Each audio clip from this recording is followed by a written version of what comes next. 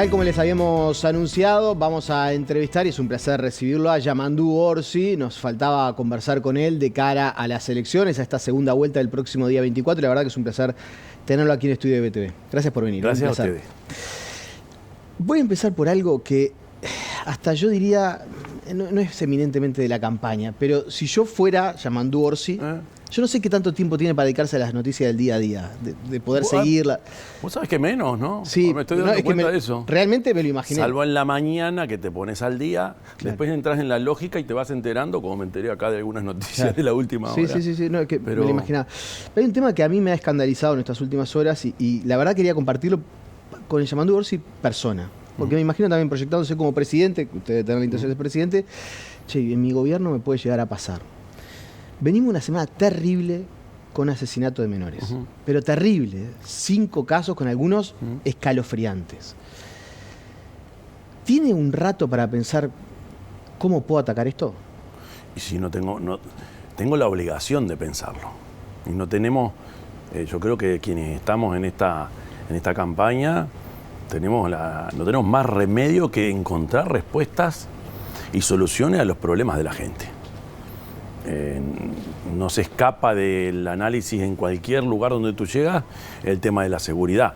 Ahora, tiene esta cara que se sale de lo que estábamos acostumbrados, que es, teníamos que cada 15 días, yo creo que esto está cambiando, tenías algún niño que ingresaba a algún nosocomio, a algún centro de salud por herida de bala.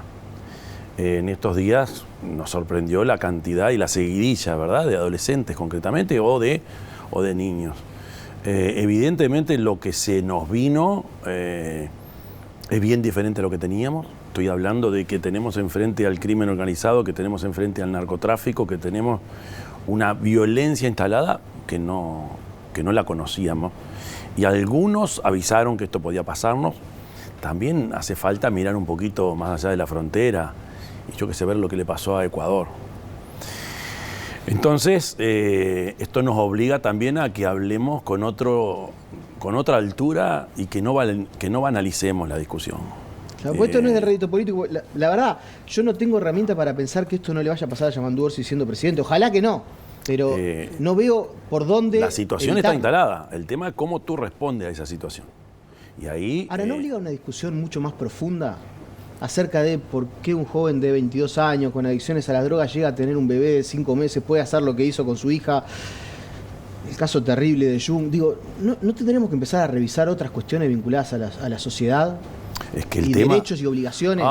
Cuando yo digo, cuando me planteo que hay que ser implacables, durísimos con el tema del delito, hay que analizar también cuáles son las causas y ser tan duros también ahí. ¿Qué quiero decir?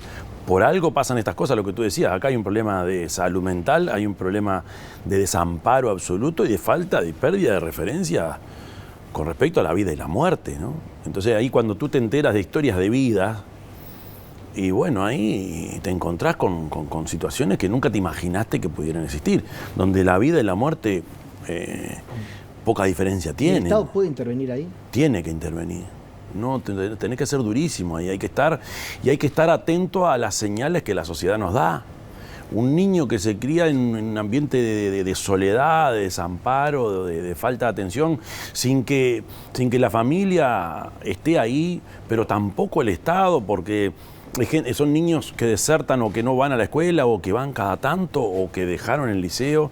Ahí tú estás teniendo una situación, un caldo de cultivo complicadísimo. Y si a eso le agregás que en el barrio aterrizaron las bocas de pasta base, si a eso le agregás que se convierte en un negocio bastante rentable para la gurizada también, el llevar y traer, el pasar, como dicen. Si a eso le agregás que entran a la cárcel primarios, ¿no? Jóvenes, muy jóvenes, con problemas de adicción y problemas a veces de salud mental, y cuando salen peor de lo que entraron. Evidentemente tú estás generando una bola de nieve y estás generando un estado de situación que te sorprende con estas cosas, pero, a ver, quizá lo primero que hay que tener claro es que no nos podemos acostumbrar a esto y tiene que siempre seguir sorprendiéndonos y doliéndonos, indignándonos. Pero lo otro es que mientras estas cosas son las que afloran, en el trasfondo tenés barrios que las balaceras son cuestiones de, no digo de todos los días, pero de casi todos los días. Que las maestras tienen que instruir a los niños de qué hacer cuando pasa algo de esto. Yo nunca me imaginé, ninguno nos imaginamos que esas cosas podían pasar. Que se pongan abajo de la mesa, que cuidado al salir. Entonces, esto no es que pasa de un día para el otro, esto es que viene creciendo y lo que no nos puede pasar es que el Estado se retire del territorio. Porque la clave está en el territorio, está en el lugar donde la gente vive. Ahora, esto lo conversé con varios dirigentes del Frente Amplio en este proceso autocrítico que hizo el Frente después de perder las elecciones. Ellos era de los que decían en aquel momento, y mucha gente me criticaba, y yo decía, che, el Frente no debe decir que intentó decir que algo no pasaba, pero minimizó, me pareció en algún punto, la situación de inseguridad que se vivía cuando era gobierno. Tanto que la gente en los barrios más carenciados creo que se lo terminó haciendo pagar con los votos, con aquello de se acabó el recreo, la votación de cabildo abierto, y la gente se dio cuenta que no se acabó el recreo, que no se solucionaba en 5 años, que no hubo solución mágica, y creo que parte de esos votos volvieron al Frente Amplio. Ahora, esos votos están haciendo de nuevo un voto de confianza al Frente Amplio. Por supuesto. Y usted tiene en su equipo de seguridad a personas que ya estuvieron en Manuel Ayera, Leal, Jorge Díaz de otro rol. ¿Por qué ahora la cosa va a ser diferente? Primero porque aprendimos mucho, segundo porque el equipo no se queda ahí, a tal punto que he podido incorporar gente que viene de otras tiendas con experiencia previa, por ejemplo el inspector Rivero, que viene de la Administración Colorada concretamente y que fue el asesor de Talvi, o Bjorgan, que es el que representaba al Partido Nacional en la mesa de seguridad. Todos esos aportes van a ser muy bienvenidos, y el principal de los aportes en este tema concreto son los propios oficiales de policía, que tienen mucho para decir. Y ahí hay que respetarlos mucho, mucho. Todos aprendemos, acá no hay Superman para esto, ¿eh? Cuando entramos sacando pecho con soberbia es lo peor que nos puede pasar. Y cuando uno entra con esa actitud de, bueno, acá se acabó, lo vamos a resolver, ahí también es una falta de humildad. Uno tiene que saber que del otro lado de repente podés tener alguna respuesta para los problemas que están pasando. Y lo otro, tenés que tener la real dimensión del fenómeno al que te estás enfrentando. Y si tú caes, por ejemplo, en estos diagnósticos, en estos análisis, de que desde el punto de vista político o estás con la policía o estás con los criminales, esas cosas yo las he escuchado del ámbito político. Ahí ya arrancaste mal, no entendiste nada. Ningún partido político de los nuestros puede estar en eso. Y sin embargo, se dice una y otra vez que desde el punto de vista político o estás con los delincuentes o estás con la policía. Ese tipo de disparates, por favor. Y lo otro es que tú no lo resuelves solo con equipos de seguridad del Ministerio del Interior, que es importante. Tenés que resolver bien el acceso a la justicia, tenés que darle dignidad al trabajo de la justicia. Uno tiene que ir a ver lo que son los juzgados del interior, o cómo trabajan o cómo tienen que trabajar los defensores de oficio. Tenés que resolver bien el tema de la rehabilitación, rehabilitar. Separar bien la paja del trigo. No todos los que entran a la cárcel son lo mismo. Y entreverar todo eso es peor, porque lo que termina pasando es que se genera una especie de aprendizaje del crimen tremendo. Y por otro lado, tú tienes que llegar al territorio y darle al territorio soluciones. ¿Qué estoy diciendo, darle al territorio soluciones? Ahí tenés que llegar con la intendencia, tenés que mejorar los espacios públicos, tenés que mejorar y poner muchos más centros de educación. O sea, todo eso lleva tiempo. El diálogo interpartidario lleva tiempo, la adopción de políticas lleva tiempo. Y la gente en algún lugar está desesperada hoy. Sí. Y va a querer, usted no lo va a poder solucionar el 2 de marzo, pero va a querer algunas señales. Las señales son claras. Una de las cosas que nosotros planteamos en Colonia son 2.000 efectivos más ya. Te lo dicen todos los que están al frente de las comisarías, de la jefatura. Nos falta gente. Bueno, si falta gente, no hay otra. Tenés que reforzar. ¿Usted el 2 de marzo va a llamar ya lo dije en Colonia. Una de las primeras medidas que tenemos que tomar es tomar 2.000 policías más. Porque hay un problema de salud también, de salud mental, de estrés de los trabajadores del Ministerio del Interior, que hace que haya mucho ausentismo. Y eso, a ver, las cifras de intentos de autoeliminación en esa carrera, en ese trabajo concreto, es más alto de un promedio nacional, que todavía es alto. ¿Usted está muy confiado que los resultados en materia de seguridad del próximo periodo de gobierno, si le toca ser presidente, van a ser mucho mejores que tienen que ser mejores? Lo del viejo Frente Amplio. Pero no hay duda que tienen que ser mejores. Ahora, hay que tomar lo que sirve y lo que sirvió. Y por ejemplo, cuando se dotó a la policía, yo me acuerdo cuando la policía tenía unos Taurus, Unos revólveres que ni funcionaban. A ver, yo he visto a la policía equiparse mucho mejor que antes, de verdad. Y fue en el periodo del frente. Ahora, ¿con eso lo arreglamos? No lo arreglamos. Pero lo que pasa es que la policía se equipa mucho más. Tenemos penas más Sí, gente claro. presa y más pena. Y sin embargo, seguimos teniendo cada vez más homicidios, cada vez más. Sí, claro. La violencia está cada vez más. Evidentemente no lo resuelve solo con eso. Ahí también hay que trabajar mucho en la sociedad y resolver los problemas que tienen que ver con las causas que yo te decía. Y lo otro es golpear mucho más fuerte a los 50 y pico de grupos criminales que hay en el país que están identificados. Y ahí trabajar, hay que hacer inteligencia ahí que no se hace. ¿Piensa declarar la emergencia en seguridad? No lo tengo para mí. A ver, ¿qué quiere decir? A ver, ¿qué querría decir? Bueno, tomar la posibilidad de tener algunas determinaciones desde el punto de vista del Poder Ejecutivo, de rápidamente implementar un paquete de normativas. Las herramientas están. Yo creo que a veces sobredimensionamos la necesidad de generar herramientas nuevas y leyes nuevas. Las herramientas están. El tema es ponerle cariño a la tarea, ponerse a trabajar sin soberbia y entendiendo que desde los distintos lugares del quehacer político nacional y fundamentalmente de los técnicos que están en estos temas, tienen mucho para aportar y hay que poner recursos. No hay más remedio. Y hay que poner recursos, no estoy hablando solo de más policía, estoy hablando de, como te dije, resolver bastante mejor la administración de nuestra justicia. Cuando el presidente de la República, Lacalle Pou, dice es bueno que se debata, ahora estaba hablando de seguridad, pero lo voy a hacer un poco más global. Dice, es bueno que se debata sobre seguridad porque los dos proyectos no son lo mismo. No es lo mismo lo que propone Orsi que lo que propone Delgado. Por supuesto que no. Veo que hay mucha gente que dice, son los candidatos más parecidos que tuvimos nunca a presidente. Es lo mismo que Orsi y Delgado. Lo que demuestra que son dos proyectos distintos es la propia realidad. Primero, la forma como uno encara y cómo discute estos temas. Si mañana alguien que trabajó para el Frente Amplio, algún técnico, decide ir a trabajar con la coalición de gobierno, a mí me merece todo el respeto de siempre si tienen la capacidad. Una de las cosas que nos diferencia es que cuando alguien se acerca a trabajar con nosotros, ahí se le condena. Porque hay como una especie de instalación de que si tú estás en la otra opción política ya te inhabilita a hablar de cualquier otra cosa. Nos pasó con la gente que se nos acercó. Es como si yo dijera que Arbeleche, cuando estaba en el Ministerio de Economía, que se encargaba del tema deuda, nada menos. Arbeleche renunció antes de ser candidata a ministra. Pero nunca se la condenó por ser blanca. Arbeleche antes de ser candidata a ministra de Economía renunció. Pero dijo, nunca se la yo no puedo seguir trabajando acá. Pero nunca se la condenó por ser blanca. Acá se te condena. Y ese es un tema fundamental si uno quiere agarrar estos temas que son tan gruesos. Si nosotros corremos los míos y los tuyos, y también se hace la interna policial, los míos y los tuyos, y se separa y se atraviesa la tarea con el tema político partidario, para mí de muy corto vuelo, ahí el fracaso es inminente y seguro. Y esas son las diferencias. Pero no hubiera sido mejor que si Biorgan es un cargo de confianza, trabaja en inteligencia. Obviamente, si es un cargo de confianza, es contratado bajo ese supuesto. No, pero no importa. Pero, a ver, a mí, no debió haber renunciado. A mí no me preocupa tanto si se va o no se va. El tema de las cosas que dicen de él después que se va. Y ese es uno de los puntos de diferencia entre la propuesta de Delgado y la propuesta nuestra. Además, la realidad es esta. Yo contrasto mi propuesta con la realidad, no con una cosa inventada, ni tampoco con 20 años para atrás. Lo contrasto con esto. Pero las pérdidas siempre duelen. El Frente no hablaba bien de Sarabia, no hablaba bien de Gonzalo Mujica cuando se fueron. A mí nunca me van a escuchar decir nada. Nadie de los que se fue, yo hablé mal de ellos. Jamás. Porque no corresponde. Así como los que se van, tampoco corresponde que se vaya tirando piedra para el rancho del que se fue.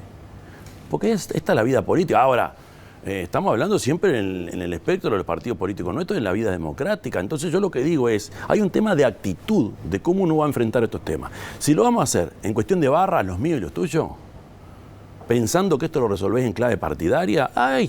Tenés un éxito. Yo no me olvido de las cosas que se dijo cuando arrancó esto. La culpa de Bonomi, renuncia a Bonomi. Entonces había un solo responsable. Está bien, tenía un grado de responsabilidad, por supuesto, ministro.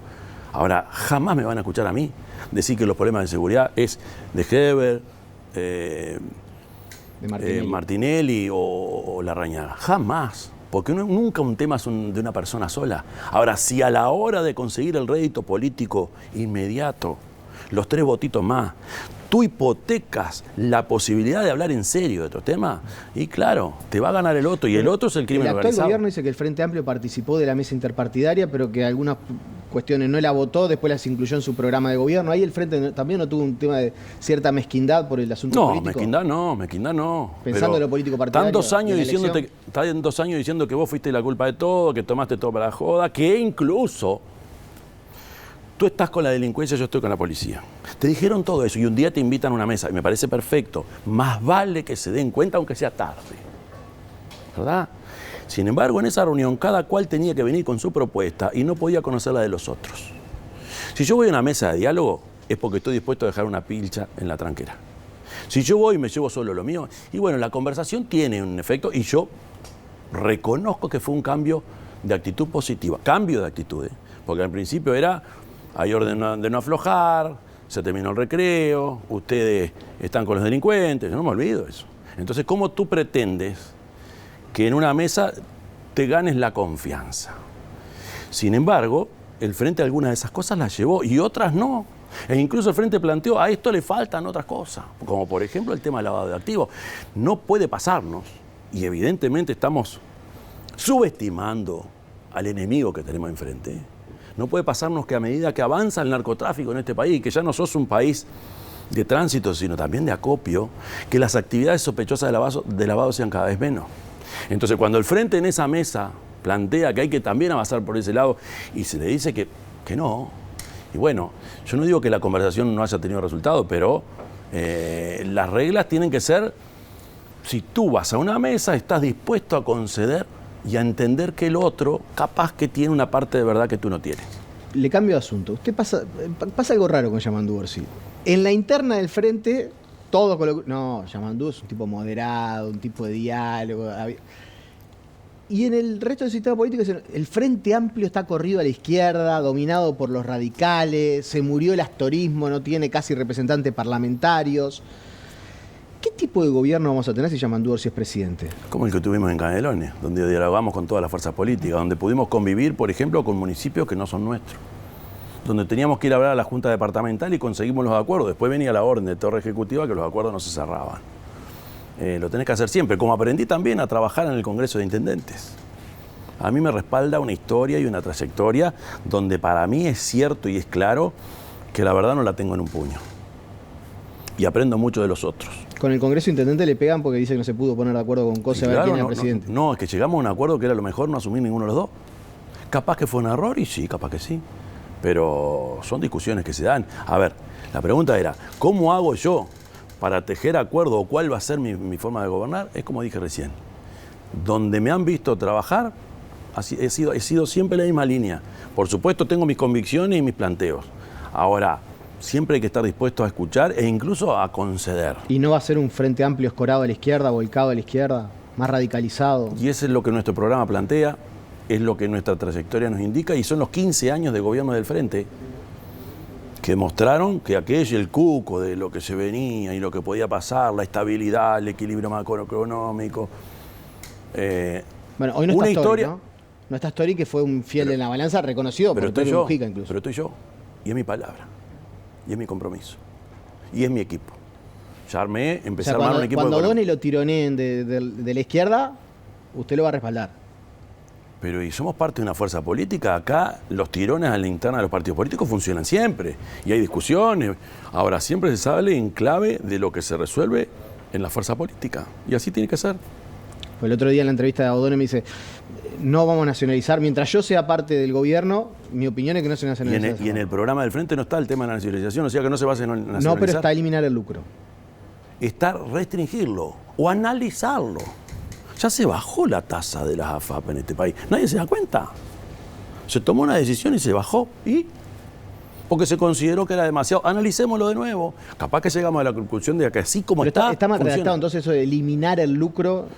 Yo creo porque que el otro día se dijo que el lucro es como ganancia desmedida. Exactamente. Yo creo que ahí es un error hasta de terminología. Está mal redactado. Si se considera que es desmedido, hay que analizarlo. Ahora, yo creo que hay algo distinto a eso, sino que es cuáles son las tareas que tiene que hacer la AFAP y cuál es de la que no se puede salir. La que no se puede salir es de administrar profesionalmente los fondos que son nuestros. Lo que pasa ahora sí que la mayoría del mercado está dominado por República FAP. Es muy fácil hacer esto, porque es una determinación del Poder Ejecutivo. Entonces ahí ocurrió una nacionalización. Para que la República FAP ponga las reglas. Pero entonces lo que usted me está diciendo es que ocurrió una nacionalización casi sin darnos cuenta.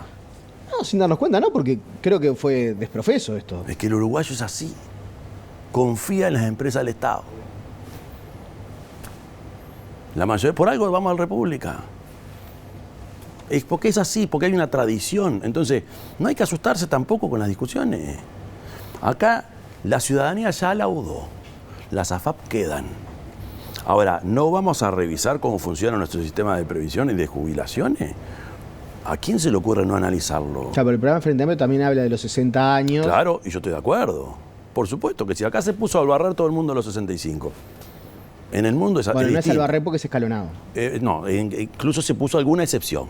El Frente plantea ampliar las excepciones. Analicemos lo distinto, analicemos de una forma diferente. Pongamos esto, si nos jubilamos a los 60 y analicemos la forma de que aquellos que quieren trabajar más años tengan los incentivos para que lo puedan hacer. Esa es la salida, como pasó con los bancarios. ¿Y no pierde sostenibilidad el No, tranquilo, no. No, porque los bancarios, por ejemplo, eligieron eso y muchas carreras, muchos trabajos van a optar por seguir. Ahora, yo voy a pedirle a un trabajador de la industria frigorífica. Yo creo que no, que hay que analizarlo. Acá se hizo medio como de hacha. Ojo, es una discusión que está ocurriendo en el mundo, ¿no? Y yo creo que en la medida que crece la expectativa de vida, esto va a seguir pasando. Acá se le dijo a la población, bueno, a partir de ahora 65, y eso cayó mal. Me quedo con esto. Usted da su palabra de que en los temas económicos se hace lo que dice el presidente. No va a estar condicionado por la interna del partido. Acá se plantea el condicionar por la interna del partido como si hubiera algo negativo. Yo creo que el Frente ha demostrado mucha madurez a la hora del análisis de cada uno de los temas. Y cuando hay dudas o cuando hay planteos muy discordantes, la ciudadanía termina laudando. Y ahí hay una seguidilla de plebiscitos donde el Frente y todas las fuerzas políticas han laudado qué es lo mejor. Entonces no hay que tenerle miedo a la disidencia, no hay que tenerle miedo a la discrepancia, porque tenemos 15 años de historia en el gobierno que respaldan. Y hoy no está Danilo, es cierto. Ahora hay una barra de gente que son herederos de ese conocimiento y esa forma de conducirse, que hoy los tengo en mi equipo. Dentro de las críticas que le hace el actual gobierno, llamémosle la coalición, esto lo he hablado un poco en broma con algunos integrantes de la coalición, les decía, al final tenía razón Orsi, porque si los votos de la coalición son todos juntos, tenían una interna ustedes que tenían que resolver, ¿no? Digo, para darle la derecha en alguna cuestión. Una de las cosas que le critican de los 15 años de gobierno del Frente Amplio es, usaron las empresas públicas, a veces para plataformas electorales, para no darle, de repente, no mirar en el bien social, sino de repente con el tema de las corporaciones. Hubo algunas cuestiones que me parece, por ejemplo, oponerse a la portabilidad numérica en este periodo de gobierno. La verdad, yo todavía no le termino de entender el sentido y el Frente Amplio votó en contra. ¿Cómo va a ser la gestión de las empresas públicas en un gobierno hipotético de Yamandú Orsi? Tiene que ser muy profesional, tiene que ser cada vez más, pero tiene que ser muy político también. Por eso esa integración que tienen, que es una maravilla. Cuando este gobierno asumió allá, después de las elecciones del 19, recibió empresas públicas potentes y con recursos y con millones de dólares. Acá no es cierto que se hayan fundido. Tuvo experiencia fallida también, ¿no? Un Gasallago, tuvo... Sí, claro. Y claro, sí, ha habido. Todos cometemos errores. La Expluna. Claro que sí. Sin embargo, los números están a la vista. Y sin embargo vemos cómo se conduce incluso el actual gobierno, también con una conducción política de las empresas públicas, que no hay que tenerle miedo, porque para eso está el nivel gerencial. Ahora, es de pensarse que en un futuro, por ejemplo, en la medida que la energía que se empieza a imponer cada vez más no es la derivada del petróleo, sino que es la eléctrica o las otras formas de energía, es de pensarse un consorcio o algo que identifica una única empresa de energía del país. Entonces ahí el diálogo entre la ANCAP y la UTE tiene que ser otro y ¿No mucho descarta más la fluido. fusión de UTE y ANCAP? No, ahora es imposible. Yo creo que ahora sería imposible, porque creo que tienen muchas cosas específicas. Ahora, el contacto y el vínculo entre esas dos empresas Veo que hay nos va a llevar... actuales integrantes del gobierno que del presidente ANCAP lo he conversado alguna vez, que dice, che, esto en algún momento va a terminar. En algún momento va a pasar, va a ser una única empresa. pero no tengo duda. Va a ser una empresa de energía. Ahora, démosles tiempo a las cosas. Hoy tenemos el parque automotor. No sé el porcentaje, pero absolutamente dependiente de los hidrocarburos. Pero, yo qué sé, las centrales térmicas ya no funcionan como antes, tenemos energías renovables. La flota de ómnibus, nuestro planteo es que el 50% del transporte público sea eléctrico. Entonces, es de pensar, bueno, va a cambiar hasta el tema del subsidio del boleto. ¿No se va a meter en aventura como la de Gasallago? A ver, Digo, la gestión de ANCAP también fue cuestionada con una capitalización claro, de 800 millones de dólares. sí. La gente se lo pregunta eso. Y la gestión anterior también de ANCAP también, ¿eh? Yo no me olvido de los negocios con Argentina, ¿eh? Ahora, ¿vamos a seguir mirando así? No, vamos a mirar adelante. Por eso le digo, para adelante, la pregunta fue, ¿cuál va a claro. ser el perfil de conducción de empresa pública en un gobierno de Yamandu Orsi? El perfil, como dije recién, nivel profesional, con criterio empresarial, pero siempre con aquello de que son las empresas del Estado que incluso permiten en un país tan chico con tan poca población tener la espalda suficiente, porque hay inversiones que si no las hacen esas empresas, los privados no lo van a hacer. ¿Y tiene algún nombre de esos que no están identificados políticamente con el Frente Amplio, que ya tenga en su fuero íntimo que lo quiere convocar para, no sé, manejar el Banco República? Sí, hay, pero en varias áreas hay, pero no es el momento. Ni lo voy a plantear, ni siquiera lo he hablado con mi equipo. Siempre te aparecen nombres, ¿no? Pero son empresas del Estado, son empresas que tienen una dimensión, un tamaño que en Uruguay no hay otras. Entonces, en un país donde el poderío o la riqueza es a escala uruguaya, el rol de estas empresas ha sido fundamental. Y un país que puede vanagloriarse y decir, cambiamos la matriz energética, y que uno podamos reconocer que gracias a las empresas públicas que tenemos eso fue posible, yo creo que nos va a la realidad tal cual es. Entonces, no es solo por herencia del Frente Amplio, es una historia de acumulación positiva que en los años 90, cuando se quiso privatizar, acertadamente el pueblo uruguayo dijo, no, siguen en manos del Estado. Pero, por ejemplo, Mujica quiso hacer algo que es que las empresas empiezan a cotizar en bolsa, y la verdad se encontró con el tema de los sindicatos, le partieron el lomo a palazo y declaración, y quedó todo en la nada. Claro, también... Ojo, este gobierno tampoco lo pudo hacer. Este es un país en el que todos somos un poco progresistas y un poco conservadores también. Y esto que tú me estás diciendo, deja todo como está, es muy nuestro. Esa era mi pregunta. No es ni de izquierda, ¿Va a quedar todo como está? Porque usted también habló de... Habla de no, me estoy explicando lo que tú me dices de lo que pasó con Pepe. Claro, pero usted habla de la revolución simple de las cosas. Y a esto iba mi pregunta. Esto no es simple. Este tipo de cambios son de carácter estructural. Pensar en esto, incluso Pepe ha planteado, en la íntima te plantea cosas tales como que los propios trabajadores puedan ser parte en esas acciones de la empresa. Entonces eso sería un cambio cultural brutal y que hay que analizarlo. Yo creo que no hay que descartarlo, que pueda cotizar y que los propios trabajadores sean parte de ese capital, o que aporten parte de ese capital. Usted habló mucho del pelotón de los rezagados de este gobierno. Y cuando uno conversa con integrantes del gobierno, dice, sí, hay mucho pelotón de los rezagados, pero hay casi un 20% de incremento del parque automotor comparado enero-octubre. La gente va al exterior. Sí, claro. ¿Cómo se entiende? Hay un montón de gente que no va al exterior ni se compra auto, ¿no?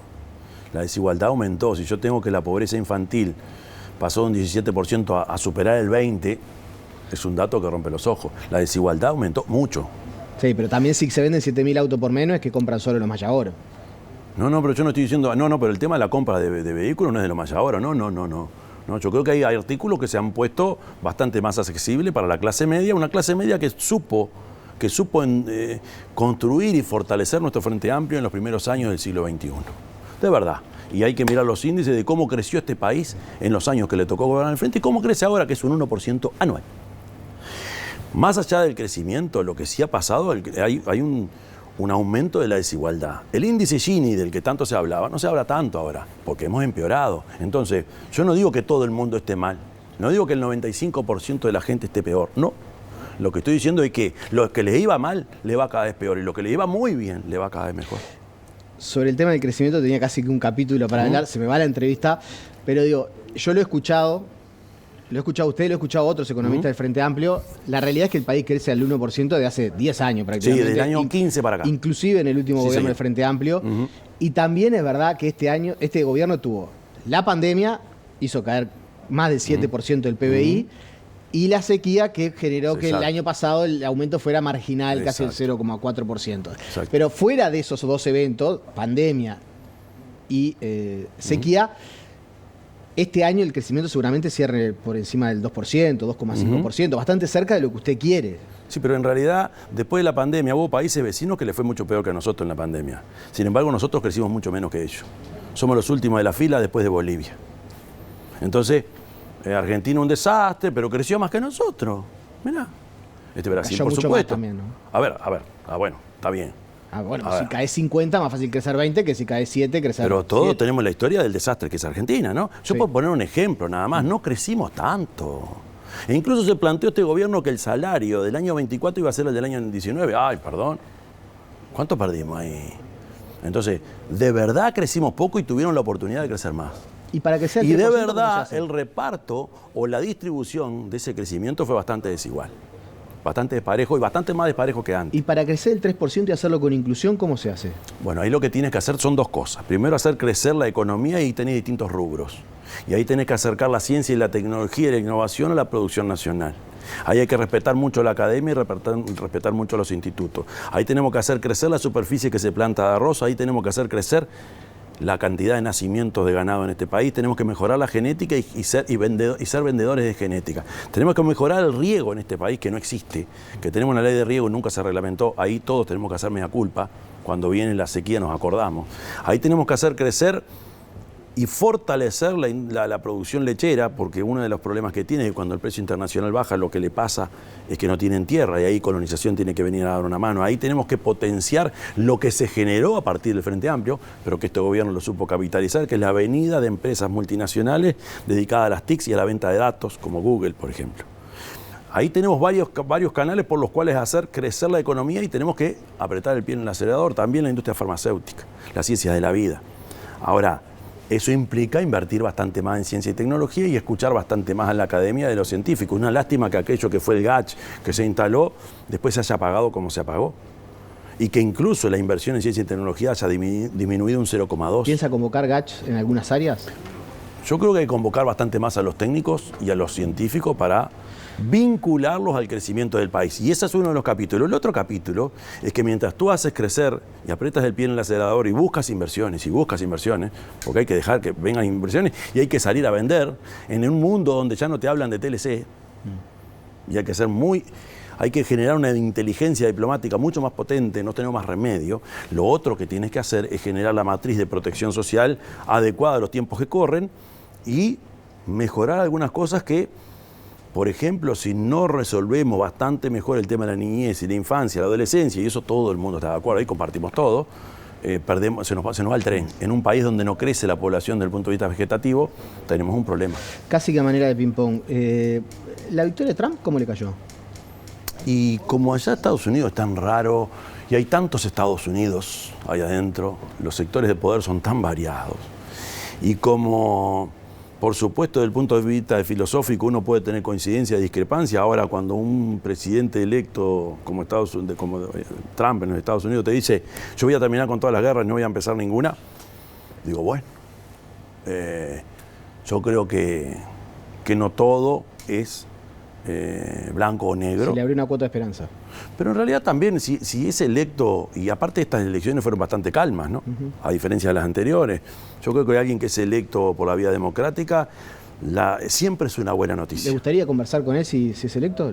Y no tenés más remedio que conversar con los presidentes ¿Antes de del asumir? mundo. Cuando sea, por supuesto que tenés que conversar. A ver, no me estoy planteando que tengas que ir ya, pero no me imagino otra cosa que conversar con los gobernantes del mundo. Entre el 24 de noviembre y el 1 de marzo, si es electo, ¿ya sabe dónde quiere ir o con quién se quiere reunir? Y con los primeros que tenés que reunir son con los vecinos, ¿no? No, habla en el exterior. Mandatarios del mundo. Bueno, Lula y Milei. Lula y Milei. Lula y Milei, Peña, ¿Con Milei ¿no? también? Y por supuesto. ¿A alguien se le puede ocurrir que un presidente uruguayo no se sienta a conversar con un presidente argentino, sea el pelo que sea? Antes de asumir. Yo creo que sí, que es mejor. Con los países, con los vecinos, antes. Yamandu Orsi. Muchas gracias. No le preguntamos ni un minuto del debate, pero no vamos a hablar tanto del debate hasta el domingo, que queríamos aprovechar la oportunidad para hablar también tanto de elecciones.